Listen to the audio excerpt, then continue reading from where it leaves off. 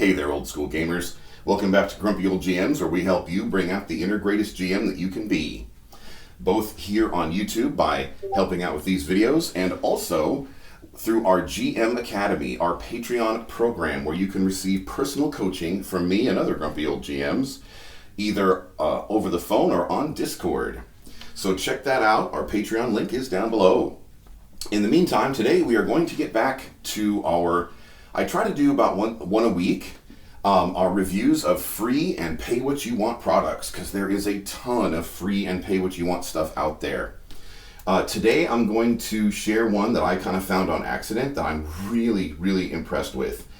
So many free things are as good or better than a lot of the stuff that you would pay money for. So this one I found as I was looking at the Necrotic Gnome website at necroticgnome.com. As you guys may have picked up by now, if you listen to these videos, I'm a fan of Old School Essentials. My personal home game right now is Old School Essentials. I still run it in continuity with D&D, my D&D game that goes back to 1987. It's all one game, people, whether it's Pathfinder, Old School Essentials, D&D 5th edition, 1st edition, 3rd edition, 2nd edition, 1st edition, box set D&D, whatever. It's all just one game, just a different developer's version of it. But basically, so I was on the Necrotic Gnome website, and I was looking at their newsletter, and just looking at a back issue of their newsletter, they were showcasing this module that had come out for Old School Essentials, which obviously you can run for D&D, Pathfinder, anything you want with very little adaptation. I mean, it's very easy. You just swap out the ghouls from one game for the ghouls of another game, or the trolls from one game for the trolls of another game, or the goblins from one game for the goblins of another game. And as far as poison goes, in the old days it was save or die, but in the new days it does some kind of poison condition damage and stuff. So as the game master, you just adjust that stuff on the fly. They're the same stories, same D&D multiverse. But to get to the review though, so there's a particular adventure module that I saw that was for free, just kind of advertised there. Get the PDF for free in the... Now, you do pay for the print version if you want the print version, but the PDF is totally free at drivethrurpg.com. I'll put the link down below. It is called the Sepluchre of 7.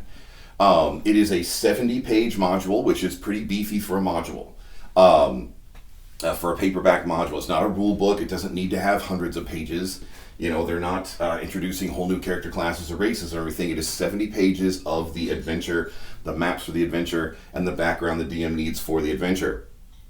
And it is, the maps are actually, at least I think maybe one of the maps isn't, but like most of the maps are actually done by Dyson Blogs, which is another reviewed free thing that we did here on the channel. So if you go back a few videos to maybe one of the, I think maybe 2 free videos ago where we did the review of free and pay what you want products, I did a review of Dyson Blog's website for their maps. Their maps are used here in Sepulchre of 7. So you can see their distinctive and very cool style just leaping off the pages of Sepulchre of 7.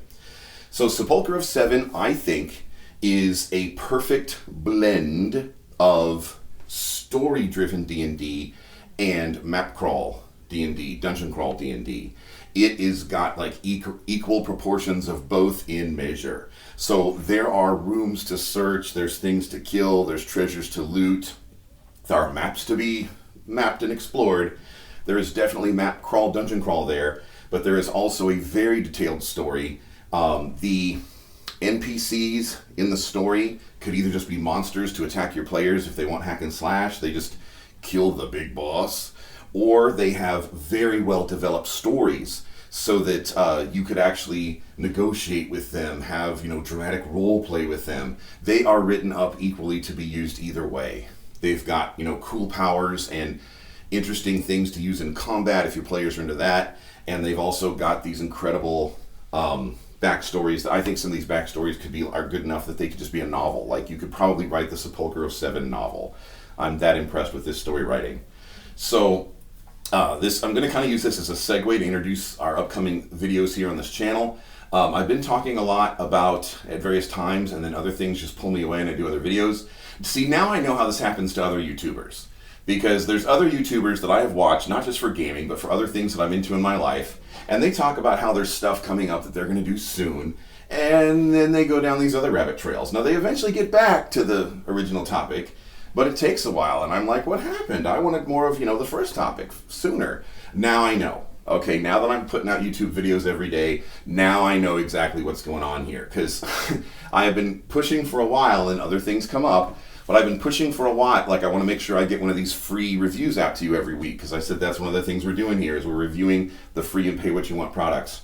So but it's kind of interesting to see how this kind of evolves here. Well, one of the things that I've been promising to get into is how to tweak your DMing or GMing for different styles of play tables. People who play this game for different reasons, people who appreciate different things.